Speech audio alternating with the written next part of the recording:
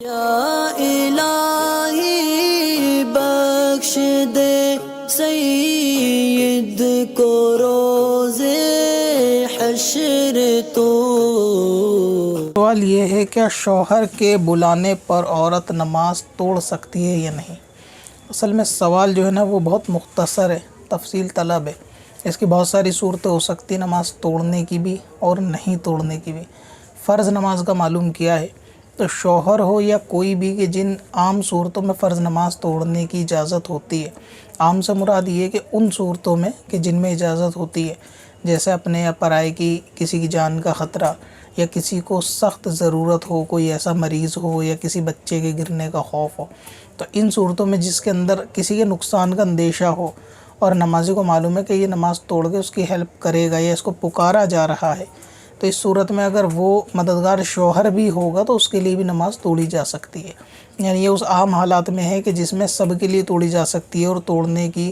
فرض نماز کی بات ہو رہی ہے، اجازت ہے، تو وہاں شوہر کے لیے بھی توڑی جا سکتی ہے کہ مان لیجئے شوہر ہی اگر مریض ہے، شوہر ہی کو ضرورت ہے یا اس کی جان کو خطرہ ہے، مثال کے طور پہ کوئی کام کر رہا ہے اور عورت نماز پڑھ رہی ہے، کام سے مراد کوئی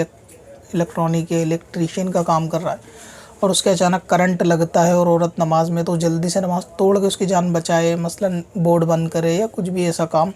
کہ جس سے اس کی جان بچایا جا سکے۔ ایک تو یہ ہوتا ہے، ایک پکارنا بلانا شوہر کا ہوتا ہے کہ اس کو بہت زیادہ سخت ضرورت ہے،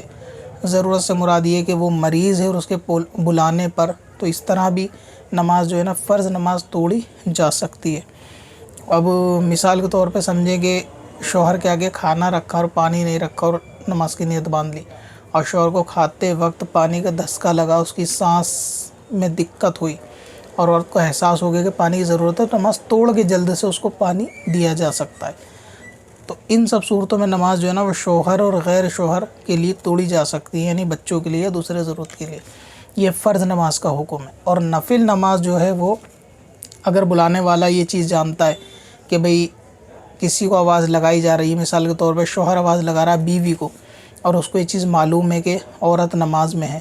تو پھر صورت یعنی سچویشن کے حساب سے ڈیپینڈ کرتا ہے کہ نماز توڑی جائے گی یا نہیں۔ یعنی ہر عورت جانتی ہے کہ مجھے اپنے آدمی کے لیے نماز توڑنی ہے یا نہیں۔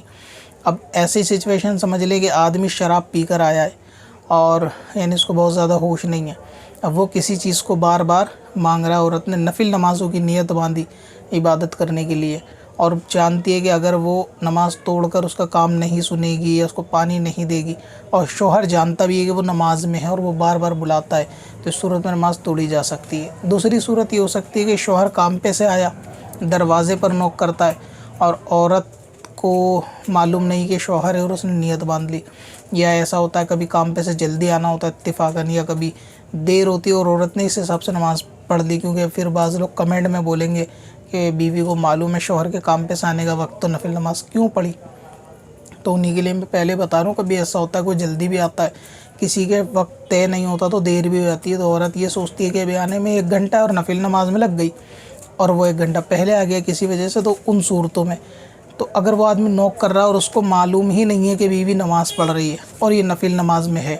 تو پھر جس کو معلوم ہی نہیں شوہر کو نماز پڑھ رہی ہے تو وہ نماز کو توڑ کر دروازہ کھول سکتی ہے۔ ایک سچویشن یہ۔ دوسرا یہ کہ شوہر جو ہے نا غسل خانے میں نہانے گیا اور باہر کوئی سامان بھول گیا، شیمپو، صابن، کپڑا تولیہ، اور عورت نے نفل نماز کی نیت باندھ لی